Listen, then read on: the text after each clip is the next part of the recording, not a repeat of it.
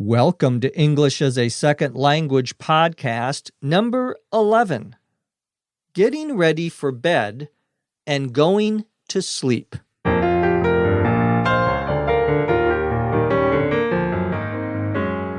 This is English as a Second Language podcast, episode number 11. I'm your host, Dr. Jeff McQuillan, coming to you from the Center for Educational Development in beautiful Los Angeles, California. In this episode, the last of our 10-part special series on daily English, I'll talk about getting ready for bed and going to sleep. Let's get started.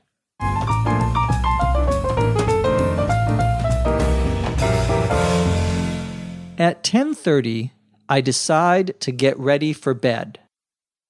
When I was little, my mother would read me a bedtime story. I'm looking forward to having that ritual with my own kids someday. I go into the bathroom and turn on the tap. I wash my face and dry it with my towel. I floss and brush my teeth. I have to admit that by this time, I'm beat, and so is my wife. She cleans up when I've finished up. In the meantime, I walk into the bedroom and get undressed. I put my dirty clothes in the hamper, and I put on my pajamas. Wearing my slippers, I go into the kitchen to get a glass of water to put next to the bed in case I need it during the night. I pull back the covers, fluff my pillow, and climb into bed. I set my alarm clock for 6:15 and turn off the overhead light. I lay my head down and pull up the covers, kissing my wife goodnight. Some nights I have trouble falling asleep, but tonight I didn't need to count any sheep. I nod off right away, and before long, I'm fast asleep.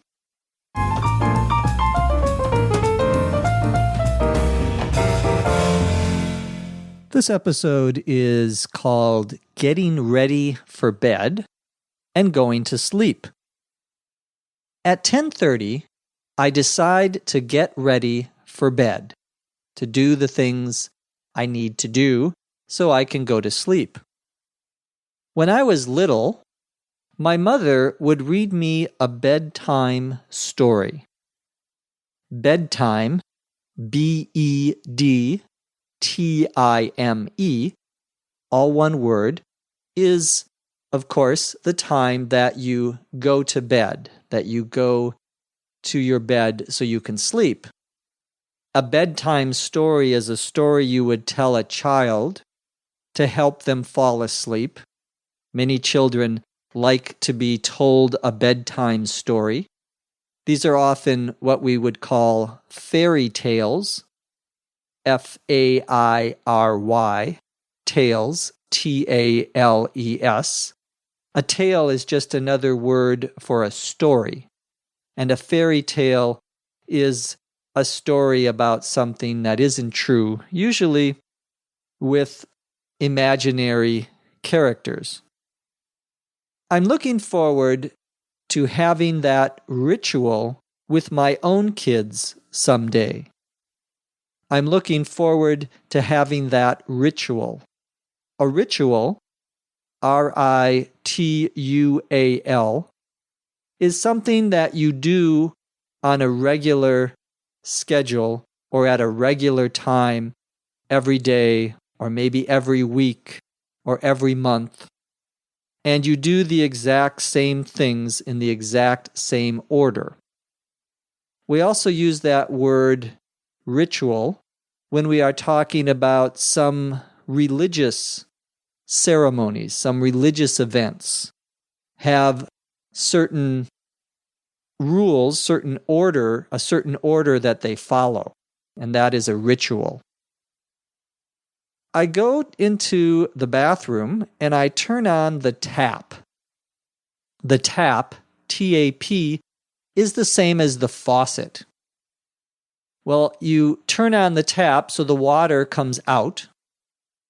I wash my face and I dry it with my towel. I dry my face. I make it dry using a towel, T-O-W-E-L, which is a cloth that you use to dry yourself or to clean yourself. I floss my teeth and I brush them. I have to admit that by this time I'm beat. I have to admit is an expression that we use when you're going to say something that maybe you don't want to say, you don't want to tell the truth. In fact, there is also an expression to tell the truth. So I have to admit means I have to say, to tell the truth, by this time, meaning by 10:30, by this time I'm beat. To be beat, B-E-A-T, means to be very tired. Someone says, "Oh, I'm beat." They've been working all day, or they've, like me, been watching television all day, and now I'm beat. I'm tired. Of course, I don't watch television all day, just part of the day. Well, my wife is also beat. In the story, I say, I'm beat, and so is my wife, meaning my wife is also very tired. She cleans up when I've finished up. Once again, you see those two-word verbs. To clean up is, in this case, to clean your face, to brush your teeth. To get yourself clean is to clean up. To finish up is really the same as to finish, but we love in English to use those prepositions as part of these two-word verbs. So I finish up, meaning I finish doing what I need to do, and then my wife goes in to the bathroom and cleans up. In the meantime, meaning while my wife is doing that, in the meantime, M-E-A-N-T-I-M-E, all one word, I walk into the bedroom and get undressed. So when my wife is in the bathroom, I walk at the same time into the bedroom and I get undressed. To get undressed is the opposite of to get dressed. So if you get undressed, you take off your clothes. I put my dirty clothes, the clothes I was wearing, in the hamper, and I put on my pajamas. A hamper, H-A-M-P-E-R, as a noun, is a place usually in your bedroom or bathroom where you put dirty clothes or dirty towels. We call that a hamper. To hamper as a verb means something different. To hamper someone means to get in their way, to prevent them from doing something. But as a noun, a hamper or a clothes hamper is a place, usually it's a big plastic box with a top on it, or it could be made of wood, and that's where you put your dirty clothes. And then at some point during the week, I hope, you wash your clothes so you can have clean clothes again. Unless, of course, you're not married, in which case, if you are a man and single, you may not wash your clothes that much. Well, I have my dirty clothes in my hamper, And since I don't have any clothes on, remember I have undressed, I put on my pajamas. Pajamas, Pajamas, are sometimes abbreviated as PJs, PJs.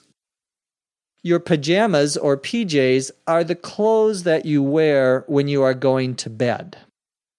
For example, I have pajamas that say Superman on it, and I wear my Superman pajamas to bed. Doesn't everyone? Well, in addition to putting on my pajamas, I also put on my slippers. A slipper, SLIPPER, is a shoe that you wear, usually just inside the house. So when you are getting ready for bed and you want to walk around the house, you don't put your shoes on, you would put some slippers on. Some people wear slippers in their house, especially if the floors are cold, and they'll put those slippers on at night and have them on at night as they walk around in their house or in the morning. Well, wearing my slippers, I go into the kitchen to get a glass of water. And I want to put that water next to my bed in case I need it during the night. So if I need to drink water at night, I have a glass of water next to me. I pull back the covers. The covers, COVERS, are the blanket, the comforter, and the top sheet. We take those things and we have to pull them back. To pull back means to take them and move them towards the bottom of the bed so that you can get in. And after you get in, you're going to pull the covers up. So you pull back the covers to get into the bed, and then you pull them up to cover you again so you can stay warm. I pull back my covers and I fluff my pillow. The pillow is what I put my head on. To fluff, FLUFF, means to make your pillow bigger by hitting it very softly on the sides. So you take your pillow and you put one hand on each side of the pillow and you move your hands back and forth toward each other and away from each other, and that allows the pillow to be a little bigger, to be a little softer. I fluff my pillow and I climb into bed. Notice that verb to climb, CLIMB, into bed. It means the same as to get into bed. We might use that particular verb to climb into if we are very tired, for example. You can also use it just to mean to get into bed. So I climb into bed. I set my alarm clock for 6:15, for 6:15 in the morning, of course, and I turn off the overhead light. The overhead, OVERHEAD, all one word, is a light that is on the top of your room, on the ceiling of the room. The top of the room is called the ceiling, CEILING. So an overhead light is on the top of the ceiling or on the ceiling, and I turn the overhead light off. I lay my head down. To lay, L-A-Y, here means to put something down. Usually we use that verb when we are talking about people or a part of your body. I lay my head down and I pull up the covers so I'm warm. And because I'm such a great husband, I kiss my wife goodnight. To kiss someone goodnight means to kiss them and, in a sense, to say goodnight to them. Some nights I have trouble falling asleep. To fall, F-A-L-L, asleep, A-S-L-E-E-P, means to go to sleep, to start sleeping. Sometimes I have trouble falling asleep, but tonight I didn't need to count any sheep. The expression to count sheep, S-H-E-E-P, is used because we traditionally, when we are trying to fall asleep, some people say that it helps if you try counting numbers. So you start with 1, 2, 3, 4. And for some reason, I don't know why, it is traditional to count sheep. Sheep are a type of animal. A sheep is an animal that you take the hair off of, and you use the hair of the sheep to make clothing, for example. I don't need to count sheep because I'm very tired. If you are not tired or you have difficulty falling asleep, you might want to try counting sheep. 1, 2, 3, 4. And by the time you reach 5 million, you should be asleep. I nod off right away. To nod, N-O-D, off, 2 words, means the same as to fall asleep. It's just another way of saying fall asleep. I nod off. Sometimes people will use that expression when they're at a meeting and it is very boring at work. And you may say to someone, I almost nodded off. I almost fell asleep. That usually happens to my students when I am teaching. Before long, meaning in a very short time, before long, I'm fast asleep. To be fast, F-A-S-T, asleep, means to be completely asleep. There's a similar expression that means the same, to be sound asleep, S-O-U-N-D.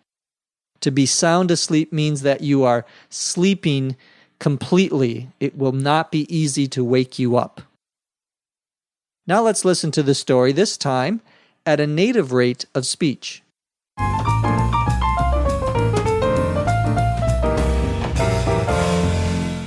At 10:30, I decide to get ready for bed. When I was little, my mother would read me a bedtime story. I'm looking forward to having that ritual with my own kids someday. I go into the bathroom and turn on the tap. I wash my face and dry it with my towel. I floss and brush my teeth. I have to admit that by this time I'm beat, and so is my wife. She cleans up when I've finished up. In the meantime, I walk into the bedroom and get undressed. I put my dirty clothes in the hamper, and I put on my pajamas. Wearing my slippers, I go into the kitchen to get a glass of water to put next to the bed in case I need it during the night.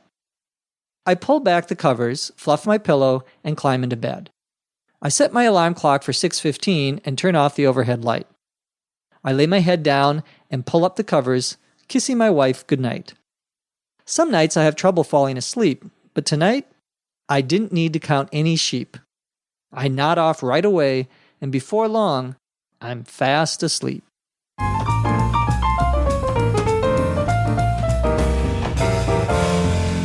Make listening to her scripts part of your daily English learning ritual.